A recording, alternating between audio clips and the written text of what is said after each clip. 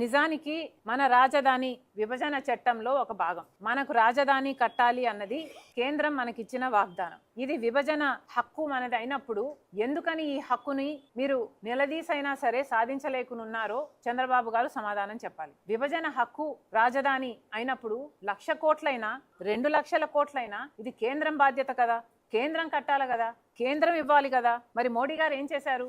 10 సంవత్సరాల కింద చెప్పారు, చెంబుడు నీళ్లు తెచ్చారు, తట్టడు మట్టి తెచ్చారు, శంకుస్థాపన చేశారు. 10 ఏళ్ల క్రితం మన ముఖాన మట్టి కొట్టిపోయారు. ఆ తర్వాత 10 సంవత్సరాలలో కేవలం 1,500 కోట్ల రూపాయలు మాత్రమే ఇచ్చారు. కానీ మాటలేమో మోడీ గారు ఢిల్లీని తలపించే రాజధాని కడతానని చెప్పారు. అసలు రాజధాని కట్టాల్సిన బాధ్యత భారం నాది అన్నారు. మరి మాటలేమో కోటలు దాటుతాయి, కానీ చేతలేమో గడప కూడా దాటవు. పైసా ఇవ్వడానికి మీకు మనసు రాదు. నిన్న కేంద్ర మంత్రి గారు వచ్చారు, ఒక సభ పెట్టారు. 25 బ్యాంకులు ఒకేసారి శంకుస్థాపన చేశారు.